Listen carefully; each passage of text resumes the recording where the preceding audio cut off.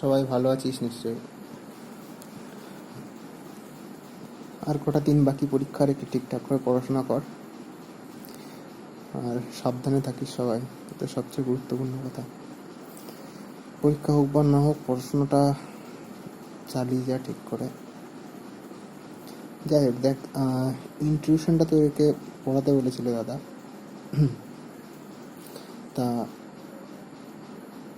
এই গল্পটা আমার খুব প্রিয় গল্প। তোরা জানি না আগে পড়েছিস কিনা, বা কলেজে পড়িয়েছি কিনা, বা তোরা নিজেরা পড়েছিস কিনা। তবে যদি পড়ে থাকিস আলাদা কথা, যদি না পড়ে থাকিস, এটা আমি ব্যাচে পড়ানোর সময় অনেকবার বলেছি। এই গল্পটা তোর পড়ানোর আগে, যে এই ইন্ট্রোডিউশন, এটা স্পেসিফিক এই গল্পটার জন্য কোনো ইন্ট্রোডাকশনের প্রয়োজন হয় না। শশী দেশপান্ডের লেখা কেমন, লেখা স্টাইল কেমন, সেটার সম্পূর্ণ মানে ডিটেইলিং তোরা এই লেখাটা পড়তে পড়তে পেয়ে যাবি। এটার জন্য আলাদা করে কোনো কিছু বলার দরকার নেই। পুরোপুরি অনেকের আমার তো একটা প্রিকশন দিয়ে দিই, সেটা হচ্ছে যে বিয়ে সম্পর্কে যাদের একটা বেশ অন্যরকম ফেয়ারি টেল টাইপের ইমাজিনেশন আছে, হয়তো শ্যাটার হতে পারে এখানে। ভালো ভালো ধারণা যাদের আছে বিয়ে টিয়ে নিয়ে, বা আইডাল ম্যারেজ লাইফ, এই সমস্ত কিছু নিয়ে, এদের নেই, তাদের কথা আলাদা। যাই হোক, তা আমি সময় নষ্ট করবো না বেশি আলতু ফালতু বকে, কারণ তাদের এমনি সময় খুব কম হাতে। দেখ, টেক্সটে চলে আসি প্রথমেই। আবার বললাম যে ইন্ট্রোডাকশন আমি দেবো না, ইন্ট্রোডাকশন হয়তো প্রয়োজনই হবে না। তা শুরু করছি। ইন্ট্রুশনের বাংলা হলো অনধিকার প্রবেশ। কোনো একটা জায়গা বা কোনো একটা ক্ষেত্রতে অধিকার নেই বা অযাচিতভাবে অনুমতি না নিয়ে প্রবেশ করাকে বলা হয় ইন্ট্রুশন। আর যে করে তাকে বলা হয় ইন্ট্রুডার। ঠিক আছে? যাই হোক, দেখ, পরিপ্রেক্ষিতটা বলে নিই। একটা স্বামী এবং স্ত্রী, একটা কাপল, বিয়ের পরে তারা হানিমুনে এসছে সমুদ্রের ধারে, সমুদ্রের তীরবর্তী কোনো একটা জায়গায়। কয়েকটা জিনিস লক্ষ্য করবি খুব ভালো করে, যে ডিটেইলিং। এই লেখাটা মানে কথক হচ্ছে ওই মেয়েটা, মানে সেই স্ত্রী বা বউ, দেখবি এত ভালো করে ডিটেইল করছে বা ডিটেইলিং দিচ্ছে আশেপাশে যা দেখছে বা ওর অনুভূতিগুলো। সাধারণত ডিটেইলিং তারা খুব ভালো করে করতে পারে যারা খুব অনুভূতিপ্রবণ হয়। এবং বুদ্ধিমান তো অবশ্যই, ইন্টেলিজেন্স তো অবশ্যই, ইন্টেলিজেন্স থাকে তাদের মধ্যে অবশ্যই। যাই হোক, এবং এটা শিল্পের ক্ষেত্রে বা সাহিত্যের ক্ষেত্রেও সত্যি কথা। একটা লেখা, একটা আর্ট যত বেশি ডিটেইল হবে তত সেটা উৎকৃষ্ট হয়। খুব ছোটো ছোটো জিনিস দেখবি, আমরা বৃষ্টিকে সবাই দেখি, আমরা যে বৃষ্টি হয়, কিন্তু তারা নিশ্চয়ই পথের পাঁচালী দেখেছিস, এই ডোবার মধ্যে বৃষ্টির অত ভালো ছবি আমরা কোনোদিন ভাবতেও পারি না যেটা ক্যামেরায় ধরা যায়, কিন্তু উনি ধরতে পেরেছেন। সেজন্য আমরা সব কিছুই দেখি, কিন্তু আমাদের চোখের সামনে যা যা ঘটে, একজন সাহিত্যিক বা একজন আর্টিস্ট, তাদের চোখের সামনে একই জিনিস ঘটে, শুধু দেখার ধরনটা আলাদা হয়। ওটাই হচ্ছে পার্থক্য করে দেয়। এবার সেটাই এখানটায় খুব ভালো করে লক্ষ্য করবি। যাই হোক, শুরু করি টেক্সটে। We look blandly out of place there. Blandly out of place মানে বেমানান। আমাদেরকে ওই জায়গায় বেমানান লাগছিল। Tiny houses almost miniatures one, but spick and span. Spick and span মানে পরিষ্কার পরিচ্ছন্ন। ছোটো ছোটো বাড়ি, প্রায় ক্ষুদ্রাতি ক্ষুদ্র, কিন্তু সব খুব পরিষ্কার পরিচ্ছন্ন। A little path so narrow that if we stretched our arms we could touch the house on both sides. ছোট্ট খুব সংকীর্ণ পথ, এতটাই সংকীর্ণ যে মনে হচ্ছে যদি আমরা হাত দুটোকে প্রসারিত করি তাহলে পাশের দেওয়ালগুলো ছুঁতে পারবো। Why had you come here? আমরা এখানে কেন এসেছি? First question. আচ্ছা, টেক্সটটা কিন্তু ইমেজ আর সিম্বলে ভরা। ভালো করে লক্ষ্য করবি, তাহলে ডিকোড করতে পারবি সিম্বলে। দেখ, প্রথমেই একটা স্ট্রাইক আসলো আমাদের। Why had we come here, আমরা এখানে কেন এসেছি? একটা পূর্ণবয়স্ক মেয়ে, তার বিয়ে হয়েছে, তার হানিমুনে এসছে। আচ্ছা, ফার্স্টেই প্রশ্ন করছে আমরা এখানে কেন এসেছি। মেয়েটা কি জানে না? মেয়েটা কি ন্যাকা না বোকা? জিজ্ঞাসা করছে আমরা এখানে কেন এসেছি। যাই হোক, I walked stiffly, self-consciously, trying hard to seem unaware of the stares, the curious eyes that followed us. আমরা খুব জড়সড়ভাবে হাঁটতে লাগলাম, খুব আত্মসচেতনভাবে, এবং আমরা যে সমস্ত উৎসুক চোখ আমাদেরকে ফলো করছে সে সম্পর্কে অসচেতন থাকার চেষ্টা করলাম। মানে যারা আমাদেরকে দেখছে ড্যাব ড্যাব করে, সেই দৃষ্টি সম্পর্কে অসচেতন বা আনঅ্যাওয়ার থাকা, মানে উপেক্ষা করতে লাগলাম। I wished I could turn around and stare back with the same frank curiosity, but all I could do was to peep covertly through the corner of my eyes. আমার খুব ইচ্ছে করছিল যে ওরা যেরকম ড্যাব ড্যাব করে আমাদের দিকে তাকিয়ে আছে, ঠিক একই রকমভাবে ড্যাব ড্যাব করে আমি ওদের দিকে তাকাই। যে সেটা পারলাম না। খুব গোপনভাবে, কভার্টলি মানে খুব গোপনভাবে বা খুব লুকিয়ে পিপথ্রো করলাম। পিপথ্রো করা মানে উঁকি মারা চোখের কোনা দিয়ে। দেখবে এটা হয় জেনারেলি, ধর মেয়েদের ক্ষেত্রে বিশেষ করে, যে কেউ একজন দেখছে, ধর তোকে, ইচ্ছা করলো খুব যে চোখের সামনে আগে চোখ নিয়ে দাঁড়ায়, কি ভাই আমার কি এক্সট্রা হাত আছে, একটা না এক্সট্রা পা আছে, যেরকমভাবে দেখার মানেটা কি। যাই হোক, তাই মেয়েটা বললো যে আমারও খুব ইচ্ছে করছিল যে একই রকমভাবে ওদের দিকে তাকাতে, কিন্তু পারলাম না। শুধুমাত্র আট চোখে তাকালাম। Men in checked lungis sitting at fishing nets, drying fish laid out in the rows on poles. Women's bold faces, gold ornaments, all the signs of a fishing village. বলছে যে লোকগুলো, সেই লোকগুলো সব লুঙ্গি পরে আছে, চেক লুঙ্গি, এবং মাছের জাল শোকানো হচ্ছে, মাছ শোকানো হচ্ছে বড় বড় পোলে, খুঁটিতে। ওই যে মহিলারা, সেই মহিলাদের মুখগুলো বড় বড় সোনার অলংকার পরা। চারপাশ দিকে মনে হচ্ছে এটা একটা জেলেদের গ্রাম। But I thought, if this is a fishing village, where is the sea? And then we reached at the end of the lane, turned right, and there suddenly, enchantingly, was a sea in front of us, immense and fascinating. And again rows and rows of fish hung up to dry, looking at us, at the blue sky, looking at us and at the blue sky with sightless, accusing eyes. এই লাস্টের ফ্রেজগুলো গুরুত্বপূর্ণ, যে looking at us at the blue of the sky with sightless accusing eyes. বলছে যে আমার মনে হলো যে যদি এটা জেলেদেরই গ্রাম হয় তাহলে সমুদ্র কোথায়? সমুদ্রকে এখন ওরা দেখতে পাইনি, হাঁটছে তো। তারপরে বললো, হঠাৎ আমরা রাস্তার মানে শেষে চলে আসলাম, ডান দিকে ঘুরলাম এবং হঠাৎ করে দেখতে পেলাম আমাদের সামনে প্রশস্ত এবং খুব সুন্দর এবং মানে তীব্রভাবে সমুদ্র বিরাজ করছে আমাদের সামনে। সমুদ্র দেখতে পেলো রাস্তার ধারে। রাস্তাটা শেষ হলো যখন ডান দিকে ঘুরলো তখন সমুদ্র দেখতে পেলো। সেখানে আবার সেই মাছগুলো শোকানো হচ্ছে। এই মাছগুলো মৃত মাছ, শুকনো, এবং মাছগুলো যেন আমাদের দিকে তাকিয়ে আছে এবং আকাশের দিকে তাকিয়ে আছে উইথ সাইটলেস অ্যাকিউজিং আইস। সাইটলেস কেন? সাইটলেস মানে দৃষ্টিহীন, অন্ধ নয়। দেখবে অনেক সময় আমরা কখনো কোনো জিনিসের মধ্যে খুব ডুবে গেলে, কোনো জিনিস খুব চিন্তা করলে সাইটলেসভাবে তাকিয়ে দেখি, একদিকে তাকিয়ে আছি কিন্তু আমরা সেটা দেখছি না, আমাদের মন তখন চিন্তায় ডুবে আছে। ওটাকে বলা হয় শূন্য দৃষ্টি। আশেপাশে কী ঘটছে আমরা বুঝতেও পারি না। অ্যাকিউজিং আইস মানে যেন দোষ দিচ্ছে আমাদেরকে। মরা মাছগুলো আমাদের দিকে তাকিয়ে এবং আকাশের দিকে তাকিয়ে, তারা তাকিয়ে আছে একটা শূন্য এবং দোষারোপপূর্ণ দৃষ্টি নিয়ে, কাউকে যেন দোষ দিচ্ছে। হয় না, আমরা কখনো কখনো আকাশের দিকে তাকিয়ে থাকি যখন নিজেকে দোষ দেওয়ার ক্ষমতাটাও শেষ হয়ে যায়, মানে আশেপাশে কাউকেই দোষ দেওয়ার থাকে না, এবং নিজেকে দোষ দেওয়ার ইচ্ছে বা ক্ষমতাটাও যখন শেষ হয়ে যায় তখন আমরা একসময় ভাবি, আমরা যে ঈশ্বরেই বিশ্বাস করি না কেন, যে ডেইটিতেই বিশ্বাস করি না কেন, যে কেন। I stopped and stared. আমি থামলাম এবং তাকালাম। He stopped too and looked at me with a very slight impatience which aroused the faintest wisp of annoyance in me. আমি দাঁড়ালাম এবং তাকালাম। সেও দাঁড়ালো, সে মানে ওর স্বামী, এবং আমার দিকে তাকালো একটা অধৈর্য দৃষ্টিতে। তার এই অধৈর্য দৃষ্টি আমার মধ্যে একটু অস্বস্তি সৃষ্টি করলো। ফেইনেস্ট মানে সূক্ষ্ম বা একদম খুব অল্প। Then he beckoned to me with a friendly smile and I hurried on.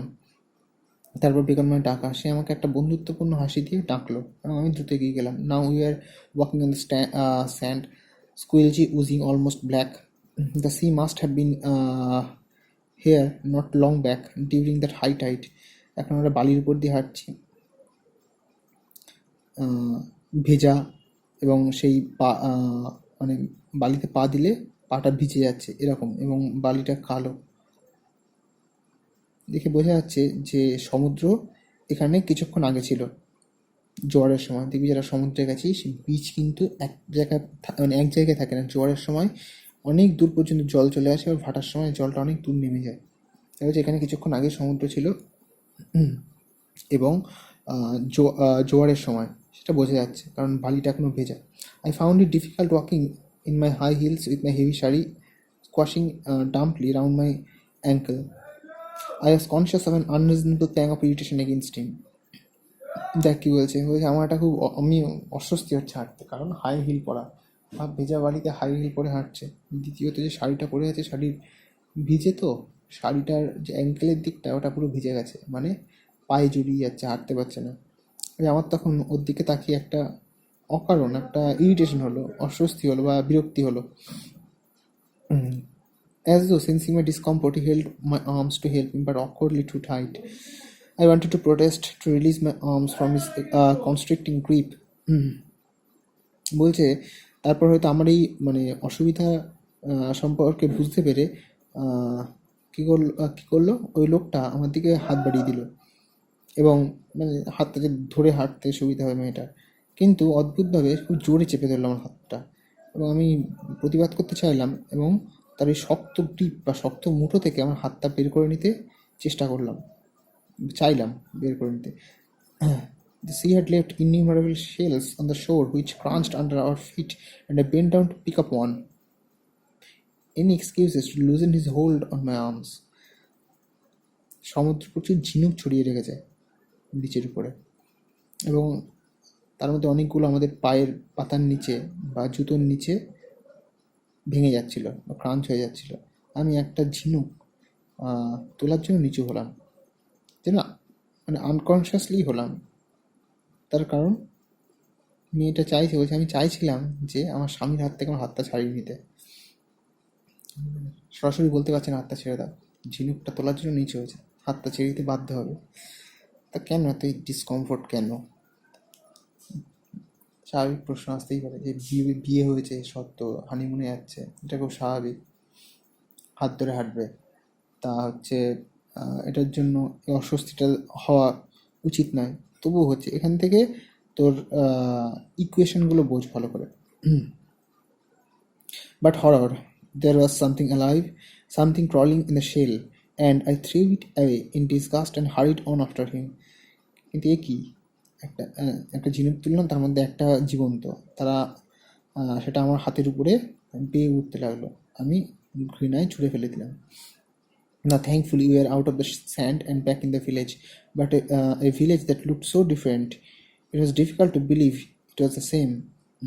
যা বাড়ি শেষ হলো, আমরা এখন গ্রামে এসে পড়েছি, কিন্তু গ্রামটা থেকে মনে হচ্ছে না যে এটা, মানে বিশ্বাস করা যাচ্ছে না, বিশ্বাস করতে কষ্ট হচ্ছে যেটা একটা সত্যি গ্রাম। The path were broader and went steeply uphill, পথগুলো প্রশস্ত এবং এখন উপরের দিকে উঠে গেছে। আফিল মানে খাড়াই বা চড়াই।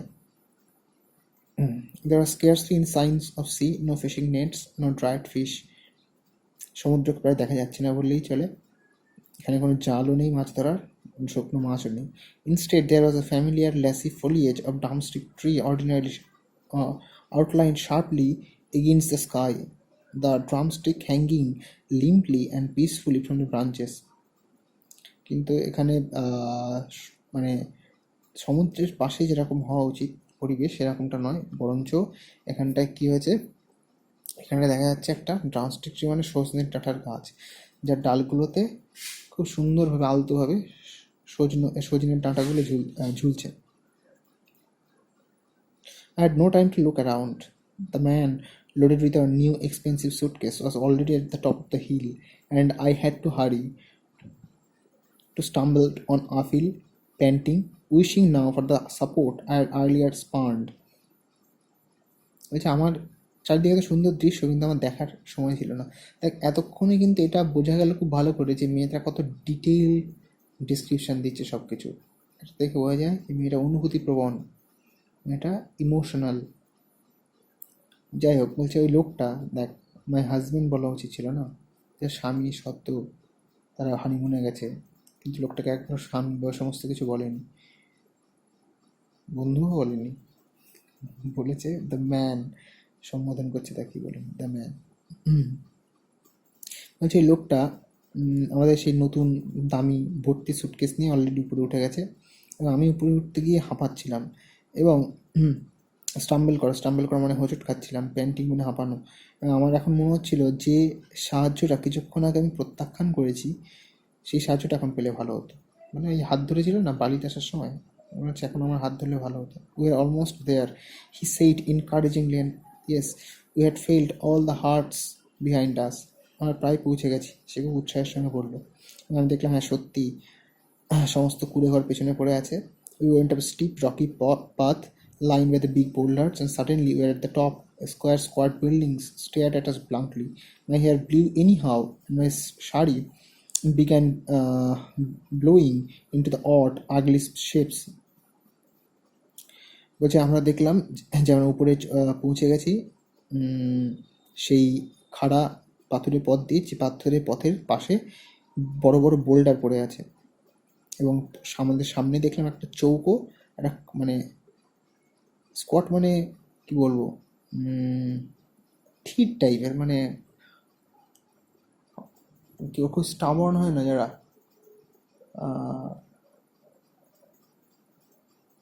বা এরকম বেপরোয়া টাইপের, এইগুলোকে বলা হয় স্কোয়াট। মানে একটা এখানে অদ্ভুত খারাপভাবে দাঁড়িয়ে আছে, হ্যাঁ চৌক খুব খারাপভাবে একটা বিল্ডিং দাঁড়িয়ে আছে, মানে হোটেলটা আমার দিকে যেন ব্লাঙ্ক ট্রেন ফাঁকাভাবে তাকিয়ে গেছে। দেখি এই শব্দগুলো লক্ষ্য করি, সাইটলেস, ব্লাঙ্ক। মাই হেয়ার, মানে ওর চুলগুলো উড়ে যাচ্ছে এদিক ওদিক, এবং ওর শাড়িটাও তোর একটা পেট অফ শেপ নিয়েছে, মানে সমুদ্রের ধার তো, হাওয়া প্রচণ্ড। সামান came forward to receive us and opened one of the room for us. I sank gratefully into a chair, easing my tired feet out of my slippers, too exhausted even to look around. একজন এসে আমাদেরকে ঘরে নিয়ে গেল, বা একটা ঘর করে দিল। আমি চেয়ারের উপরে গা এলিয়ে বা গা ছড়িয়ে দিয়ে বসে পড়লাম, জুতোর থেকে পাটা বার করলাম একটু, পাটাকে একটু স্বস্তি দেওয়ার জন্য। এতটাই টায়ার্ড ছিলাম, এতটাই এক্সস্টেড ছিলাম, ক্লান্ত ছিলাম, যে আমি চারপাশে কোনো দিকে তাকাতেই পারছিলাম না। Is not this nice, he asked me, beaming pleased with himself. খুব সুন্দর জায়গা না? লোকটা আমাকে জিজ্ঞাসা করলো, তার মুখটা জল জল করছে, এতটাই সন্তুষ্ট সে নিজের উপরে। All signs of nervousness and irritation gone now that we had arrived.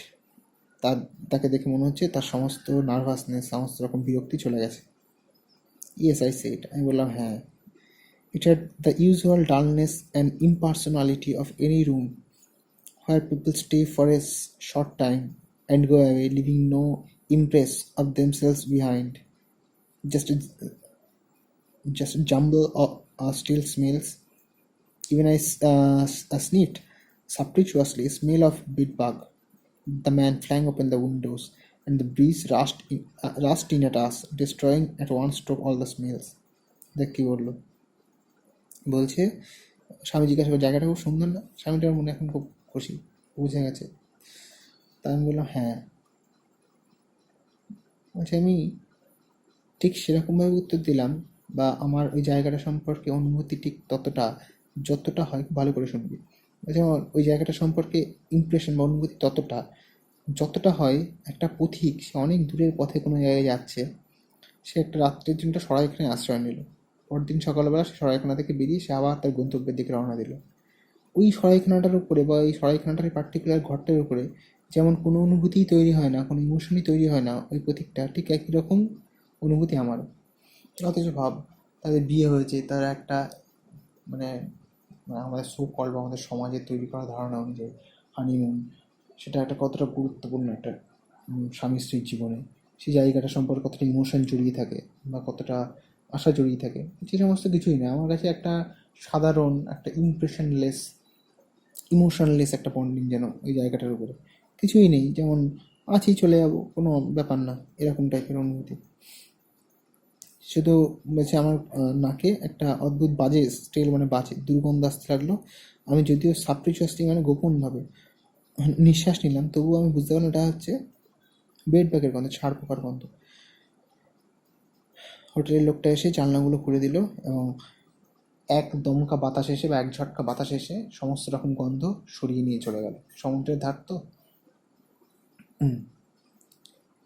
Do you want something, he asked. Yes, some tea. Is that all right? হোটেলের লোকটা জিজ্ঞাসা করছে, কিছু চাই আপনাদের?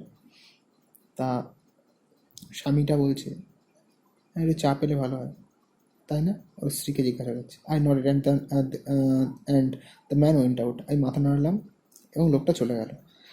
দো হোয়েন হি ওয়াজ, ভালো করে লক্ষ্য করবি, দো when he was in the room I had looked away from him, painfully aware of the secret smile, a smink on his face that showed an awareness of what we had come here for. Suddenly I wished he had not gone. যে মাথা নাড়লাম, লোকটা চলে গেল, মানে হোটেলের লোকটা বা কর্মচারীটা।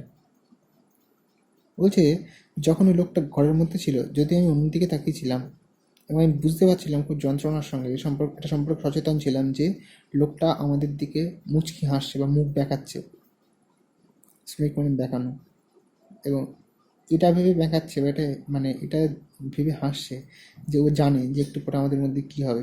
এটা মানে সেই কী বলবো, ব্যঙ্গাত্মক হাসি। এটা দেখে বা এটা অনুভব করে আমার অস্বস্তি হচ্ছিল, কিন্তু তবুও লোকটা যখন ঘর থেকে চলে গেল আমার মনে হলো যে কাশ লোকটা না যেত ঘর থেকে। এতক্ষণে নিশ্চয়ই বুঝতে পেরেছি অনেক কিছুই, যে মেয়েটা মোটো কমফোর্টেবল নয় ওর স্বামীর সঙ্গে। ওদের বিয়ে হয়েছে, ওরা এসছে, এবং বলছে যে হোটেলের কর্মচারীটা বুঝতে পারছি যে ও আমাদের দিকে ব্যঙ্গাত্মক দৃষ্টিতে তাকাচ্ছে, হাসছে, মুখ দেখাচ্ছে। এটা দেখে কষ্ট হচ্ছে। দেখবি এটা হয় জেনারেলি, তুই যখন ভাই কিংবা বোন কিংবা দাদা কিংবা দিদিকে নিয়ে বেরিয়েছিস, সাধারণত মফস্বলে এগুলো অনেক বেশি হয়। লোকজন আমাদের হাসে বা টন্ট করে, এটা আমাদের সবাই আমরা এর সম্মুখীন হয়েছি। রাগ হয়, খারাপ লাগে। তা বলছি মেয়েটা যে আমারও খারাপ লাগছিল, কিন্তু ওই লোকটার উপস্থিতি যেন আমার স্বামীর উপস্থিতি থেকে বেশি কমফোর্টেবল। কারণ যখন লোকটা চলে গেল তখন একদম কমপ্লিট একা হয়ে গেল ওরা দুজন। তাই মনে প্রশ্ন আসতে পারে, কেন বিয়ে তো অনেক দিন আগে হয়ে গেছে, তা তখন কি একা ছিল না? আসলে বিয়ের সময় তারপর কটা দিন লোকজন থাকে ব্যস্ততার মধ্যে কেটে যায়, কমপ্লিট প্রাইভেসি জন্যই ওরা এসছে হানিমুনে, সেটা বলবে একটু পরে স্বামীটা। তা ওর জন্য মনে হলো যে লোকটা থাকলেই বোধহয় ভালো হতো ঘরের মধ্যে। He left behind him a painful silence and embarrassment that occurs between two people who scarcely know each other, and I wondered wildly, desperately, what we could talk about. বলছে লোকটা চলে গেল, তার পেছনে ফেলে গেল একরাশ যন্ত্রণাময় নিস্তব্ধতা, একটা অস্বস্তি, যেটা সাধারণত দুটো মানুষের মধ্যে ঘটে থাকে, যে দুটো মানুষ একে অপরকে প্রায় চেনে না বললেই চলে। আমি এখন ভাবতে লাগলাম যে আমরা কী নিয়ে কথা বলবো এখন দুজনে। আর as if the silence made him uneasy too, he began to move about the room, whistling tunelessly. এই নিস্তব্ধতা ওই লোকটাকেও এবং আমার স্বামীকেও একটা আনইজিনেসের মধ্যে ফেলে দিল। সে ঘরের চারদিকে ঘুরতে লাগলো, হাঁটতে লাগলো, হুইসেল করতে করতে বা শীষ দিতে দিতে বেসুরোভাবে। তিনি suddenly burst into speeches, telling me how fortunate he was to get this place for our honeymoon. What luck, he said, that one of the top executives who was to have come here had cancelled his visit at the last minute, so that we are here all by ourselves.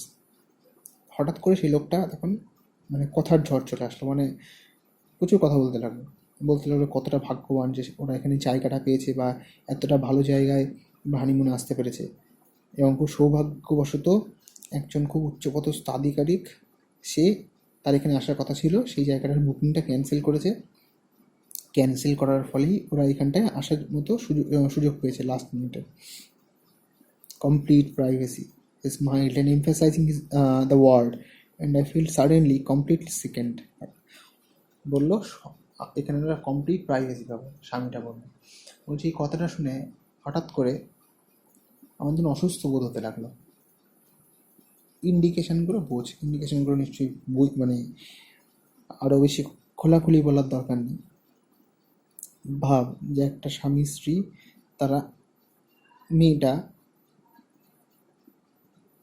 যখনই শুনছে এক সম্পূর্ণ গোপনীয়তা পাবো আমরা এখানে, তখন সে অসুস্থ বোধ করতে লাগলো। তার মানে কতটা আনকমফোর্টেবল সে তার স্বামীর সঙ্গে, যার সঙ্গে জীবনটা কাটাতে চলেছে। He went on unaware of my feelings, telling me it was the only lucky few who could get this place to stay. সে বলে যেতে লাগলো, আমার অনুভূতি সম্পর্কে সম্পূর্ণ অসচেতন থেকেই আমাকে বলে যেতে লাগলো যে কয়েকজন সৌভাগ্যবানই এখানে থাকার সুবিধা পায় বা সুযোগ পায়। And then I began to wonder about these fews, and did they come here with their families? Somehow it did not seem like a place where children had ever played and shouted, with mothers hovering round, anxious and nagging. কিন্তু তখন আমি ভাবতে লাগলাম যে সেই খুব কম সৌভাগ্যবান লোকজনগুলো সম্পর্কে। আচ্ছা, ওরা কি এখানে ফ্যামিলি নিয়ে আসে, পরিবার নিয়ে কি এখানে আসে? আমার জায়গাটা দেখে মনে হতে লাগলো যে এই জায়গায় কখনোই কোনো বাচ্চারা খেলা করেনি বা চিৎকার চেঁচামেচি করেনি। এইখানে কোনো মা তার বাচ্চাদের পেছনে ছুটে বেড়ায়নি চিন্তিতভাবে, অভিযোগ করেনি।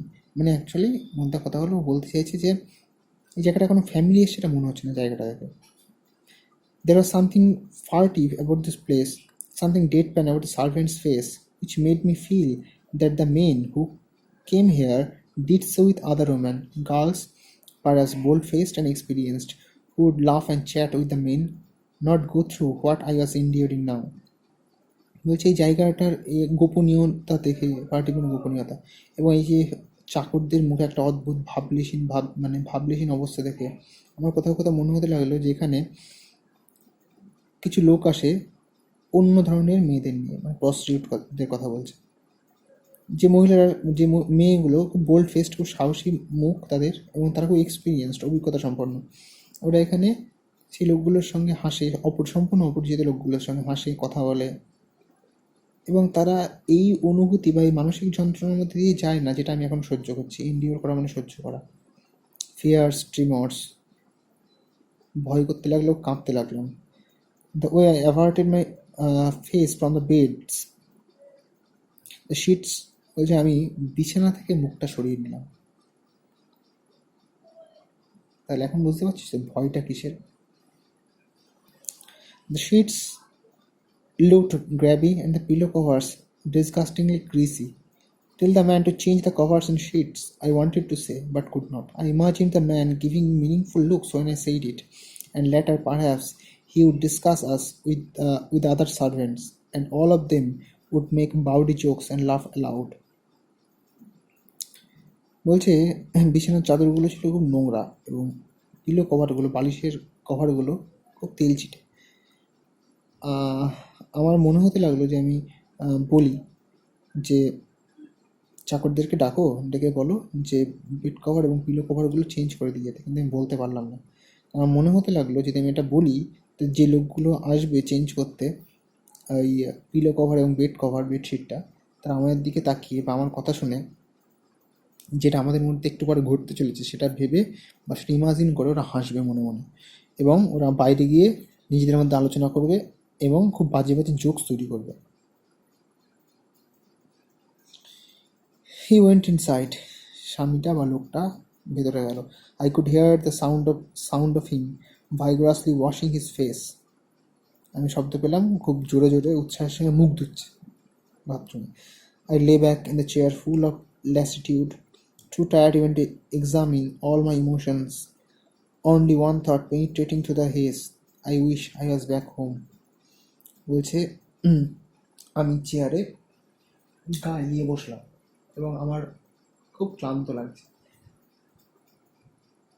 আমি নিজের যে চিন্তাগুলো সেটাকে যেন এক্সামিন করার বা পরীক্ষা করার ক্ষমতা হারিয়ে ফেলেছি। আমার একটা জিনিস শুধু সমস্ত চিন্তার মধ্যে দিয়ে একটা জিনিসই আসলো মাথায়, কাশ বাড়ি যেতে পারতাম, যেটা হয় কিনা জানি না। আমার একটা সময় খুব হতো, সেটা হচ্ছে পরীক্ষার হলে যখন কয়েকটা কোশ্চেন পরপর পাচ্ছি না, তখন মনে হতো ইস যদি বাড়ি যেতে পারতাম, মার কাছে যেতে পারতাম।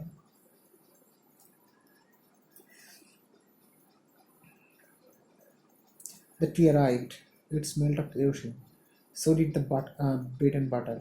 চা আসলো, চা দিয়ে কেরোসিনের গন্ধ বেরোচ্ছে, ঠিক একই রকম কেরোসিনের গন্ধ বেরোচ্ছে রুটি এবং মাখন দিয়ে। I was suddenly very hungry and at A sharp PNG of longing for the sweets my mother had pack for me. হঠাৎ করে আমার খুব খিদে পেতে লাগলো এবং আমার খুব ইচ্ছে করলো মা যে মিষ্টিগুলো প্যাক করে দিয়েছে সেগুলো খেতে। এখানটায় দেখ,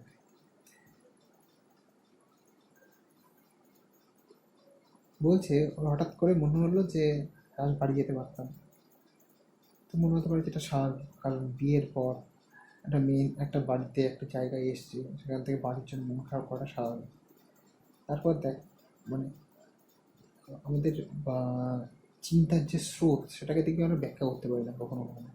একটা জিনিস ভাবছি, হঠাৎ করে একটা অদ্ভুত জিনিস চলে আসলো যার সঙ্গে এটার কোনো কানেকশন আছে বলে আমাদের আপাতভাবে মনে হয় না, কিন্তু আমাদের যে চিন্তার স্রোত না, সেটা যতই অস্বাভাবিক, সেটা সেই স্রোতগুলো যতই খাপছাড়া হোক না কেন, এরা না ইন্টার কানেক্টেড। সেটা এতটাই সূক্ষ্মভাবে এবং এতটাই ডিস্টিংক্টভাবে আমরা সাধারণ বুদ্ধি বলে আমরা এগুলোকে ডিকোড করতে পারি না। সেই জন্য যখন স্ট্রিম অফ কনসাসনেস যে লেখাগুলো হয় সেগুলো আমাদের মানে অস্বাভাবিক টাইপের লাগে, যে কী উল্টো পাল্টা হচ্ছে, এক লাইনের সঙ্গে এক লাইনের কোনো মিল নেই, গল্প নেই। কিন্তু অ্যাকচুয়ালি ওই লেখাগুলোর মধ্যে সবচেয়ে উন্নত মানের লেখা, তার কারণ একটাই, খুব মানে ইন্টারউভেন ওই থটগুলো, যেগুলোকে ডিকোড করতে হয়। হঠাৎ করে ওর এটা ভাবছে, হঠাৎ করে ওর মিষ্টি খেতে ইচ্ছা করলো, ওর খাবার হঠাৎ খিদে পেলো এবং ওই মিষ্টিগুলো খেতে ইচ্ছা করলো যেগুলো ওর মা প্যাক করে দিয়েছে। তার মানে ও আসলে উপস্থিতি চাইছে একজন নিজের লোকের, তার সান্নিধ্য পেতে চাইছে। ও তো বাড়ি যেতে পারবে না এখন, ওর মা মিষ্টি প্যাক করে দিয়েছে, সেই মিষ্টি মানে মিষ্টির মধ্যে ওর মায়ের ছোঁয়াটা আছে, সেটা ওর খুব পেতে ইচ্ছে হবে, সেই জন্যই ওর খিদে পেলো। তাহলে হঠাৎ করে খিদে পাওয়ার কোনো কারণ নেই। I have put some sweets in your bag, she had said, turning her tired face to mine. Ridiculous. I would have snapped even a day earlier. You cannot go on a honeymoon with sweets in your suitcase.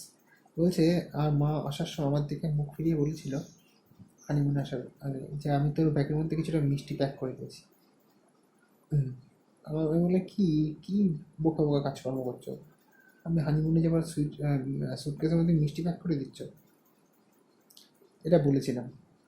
But something forlorn in her face and eyes had restrained me, and I had silently acquiesced. কিন্তু এতটা নিঃসঙ্গ, এতটা উদাসভাবে মা আমার দিকে তাকিয়েছিল যে আমি আর কিছু বলতে পারিনি বা বাধা দিতে পারিনি তাকে। Now I knew that my hunger for her sweets had something to do with the look on her face as well. এখন আমার মনে হচ্ছে যে আমার যে মিষ্টির প্রতি যে খিদে, এর সঙ্গে আমার মায়ের এই দৃষ্টির কোনো একটা কানেকশান আছে। অ্যাকচুয়ালি কি, ওর মা কেন ওর মা ওরকমভাবে ব্ল্যাঙ্ক দৃষ্টিতে, বা কেন ওর মা ওরকমভাবে একটা ফোরলং দৃষ্টিতে তাকিয়েছিল? ওর মাও তো মেয়ে, এবং ওর মারও তো একসময় বিয়ে হয়েছিল, সেটা অ্যারেঞ্জ ম্যারেজ হওয়াটাই স্বাভাবিক। এবং সে জানে, ওর মা খুব ভালো করে জানে যে মেয়ের সঙ্গে কী হতে চলেছে, মেয়েদের আগের জীবনে কী হবে। যাই হোক, yet I felt shy, unwilling to open my suitcase and devour the sweets before him like a greedy school girl. তবুও আমি মানে লজ্জিত বোধ করতে লাগলাম এবং আমার সুটকেসটা খুলে ওই লোকটার সামনে লোভী স্কুল গার্লদের মতো মিষ্টিগুলো গোগ্রাসে খেলার মানে গোগ্রাসে কিলার বা গোগ্রাসে খাওয়ার ইচ্ছে করলো না, বা খেতে ইচ্ছে করলো না। We are looking for a girl, simple but sophisticated, his mother had said. এবার মেয়েটা বলছে যে বিয়ের আগেকার কথাবার্তা, মানে তোরা জানিস, যারা সরি জানি না তোরা হচ্ছে কখনো মেয়ে দেখতে গেছিস কিনা, বা অ্যারেঞ্জ ম্যারেজের সময় কোনো মেয়ে বা ছেলে দেখতে গেছিস কিনা। আমি গেছি অনেক। তা সাধারণত অকওয়ার্ড কথাবার্তা। তা মেয়েটা